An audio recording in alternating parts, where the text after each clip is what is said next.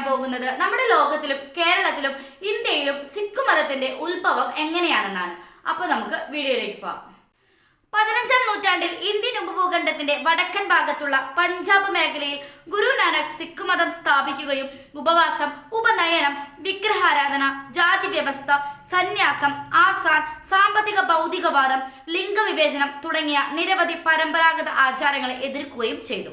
ചരിത്ര സിദ്ധാന്തവും വിശകലനവും സൂചിപ്പിക്കുന്നത് ഭക്തി പ്രസ്ഥാനത്തിന്റെ ആദ്യകാല മധ്യകാലഘട്ടത്തിലും മുഗൾ ഭരണകാലത്ത് ഹിന്ദു സമൂഹത്തിന് നേരെ മുസ്ലിം ഭരണാധികാരികൾ ആവർത്തിച്ചുള്ള ആക്രമണങ്ങൾക്ക് ശേഷവുമാണ് സിഖ് മതം നിലവിൽ വന്നത് എന്നാണ്.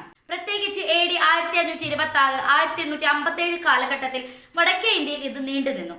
സിഖ് വിശ്വാസത്തിന്റെ ചരിത്രം പഞ്ചാബിന്റെ ചരിത്രവുമായും 17ാം നൂറ്റാണ്ടിലെ ഇന്ത്യൻ ഉപഭൂഖണ്ഡത്തിന് വടക്കു പടിഞ്ഞാറൻ ഭാഗത്തെ സാമൂഹിക രാഷ്ട്രീയ സാഹചര്യവുമായും അടുത്തു ബന്ധപ്പെട്ടിരിക്കുന്നു. മുഗൾ ചക്രവർത്തിയായ ജഹാംഗീറിന്റെ ഭരണകാലം മുതൽ സിഖ് മതം മുഗൾ നിയമങ്ങളുമായി സംഘർഷത്തിലായി. കാരണം അവ മുഗളരുടെ രാഷ്ട്രീയ പിന്തുടർച്ചയെ സ്വാധീനിക്കുകയും ഇസ്ലാമിൽ നിന്നുള്ള സൂഫി സന്യാസിമാരെ സ്നേഹിക്കുകയും ചെയ്തു. മുഗൾ ഭരണാധികാരികൾ തങ്ങളുടെ ഉത്തരവുകൾ അനുസരിക്കാൻ വിസമ്മതിച്ചതിനും സിഖുകാരെ പീഡിപ്പിക്കുന്നതിനെ എതിർത്തതിനും നിരവധി പ്രമുഖ സിഖുകാരെ കൊലപ്പെടുത്തി. 10 സിഖ് ഗുരുക്കന്മാരിൽ 2 ആളായ ഗുരു അർജുൻ, ഗുരു തേജ് ബഹാദൂർ എന്നിവരെ പീഡിപ്പിക്കുകയും വധിക്കുകയും ചെയ്തു. കൂടാതെ നിരവധി ഗുരുക്കന്മാരുടെ അടുത്ത ബന്ധുക്കളെ ക്രൂരമായി കൊലപ്പെടുത്തി. സിഖ് മതത്തിലെ മറ്റു നിരവധി പ്രധാന വ്യക്തികളെയും ക്രൂരമായി കൊലപ്പെടുത്തി.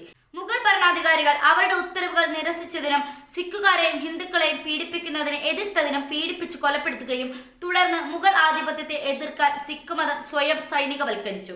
1799 സിഖ് സാമ്രാജ്യം സ്ഥാപിതമായത് രാഷ്ട്രീയ മേഖലയിൽ സിഖ് മതത്തിന്റെ ഉന്നതിയായി കണക്കാക്കപ്പെടുന്നു.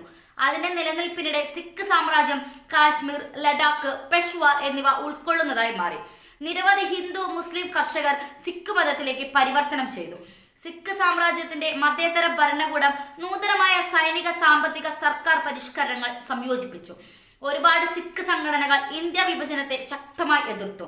പാകിസ്ഥാൻ സൃഷ്ടിക്കാനുള്ള സാധ്യത പീഡനത്തിന് കാരണമാകുമെന്ന് കരുതി.